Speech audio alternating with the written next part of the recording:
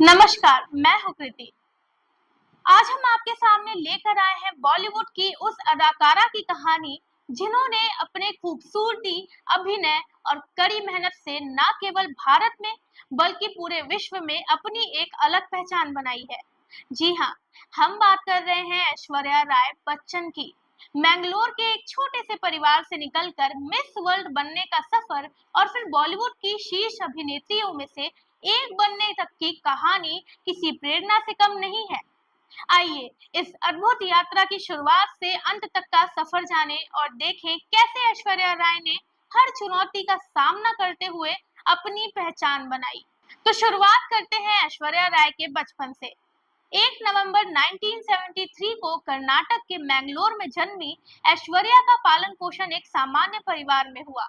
उनके पिता कृष्ण राज एक मरीन इंजीनियर थे और मां वृंदा राय एक लेखिका। ऐश्वर्या की मातृभाषा तुलु थी, लेकिन वो कन्नड़, हिंदी, मराठी, इंग्लिश और तमिल भाषाओं में निपुण है। ऐश्वर्या की शुरुआती शिक्षा हैदराबाद में हुई। फिर उनका परिवार मुंबई आ गया, जहां उन्होंने आर्य विद्या मंदिर और बाद में डीजी रूपरेल कॉलेज से पढ़ाई की। अपने स्कूल और कॉलेज के दिनों में ही ऐश्वर्या ने पढ़ाई के साथ साथ मॉडलिंग के लिए कई प्रस्ताव। उनका पहला मॉडलिंग प्रोजेक्ट कैमलिन कंपनी के साथ था, जब वो सिर्फ 9वीं कक्षा में थी।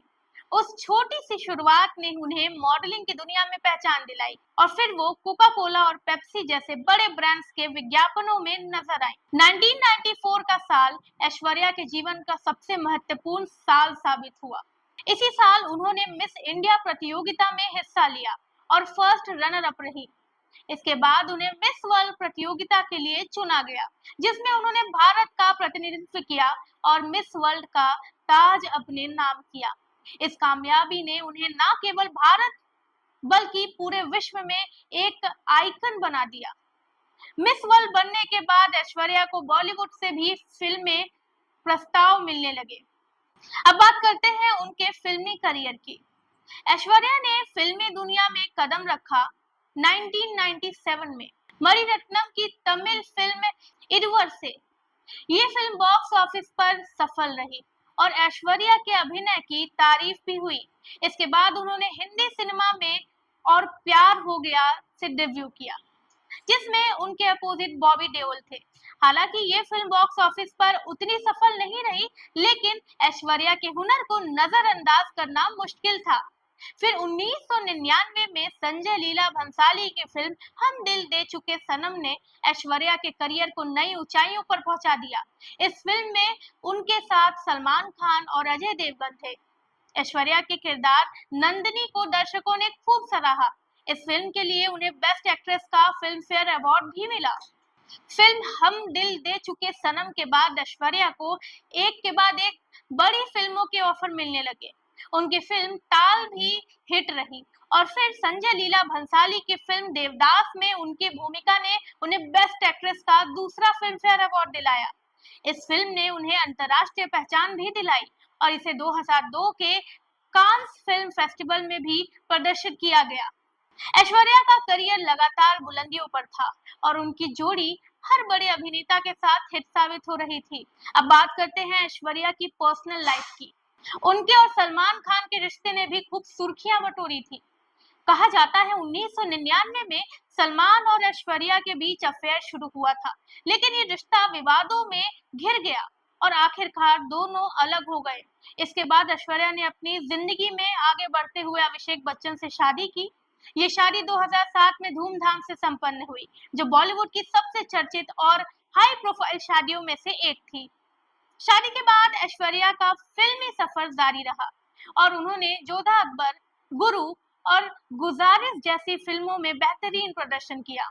मां बनने के बाद भी ऐश्वर्या ने फिल्मों में काम करना जारी रखा। 2011 में उनकी बेटी आराध्या का जन्म हुआ और उसके बाद ऐश्वर्या ने फिल्मों से कुछ समय के लिए ब्रेक लिया, लेकिन उनके फैंस का प्यार और उनके अभिनय का जुनून उन्हें फिर से बड़े पर्दे पर खींच लाया।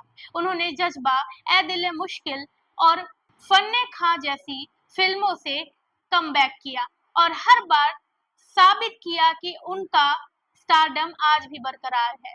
ऐश्वर्या का करियर जितना सफल रहा उतना ही सफल रहा उनका ब्रांड एंडोर्समेंट करियर। उन्होंने कई बड़े ब्रांड्स जैसे Pepsi, Coca Cola, L'Oréal, Lakme और नक्षत्र डायमंड ज्वेलरी का प्रतिनिधित्व किया।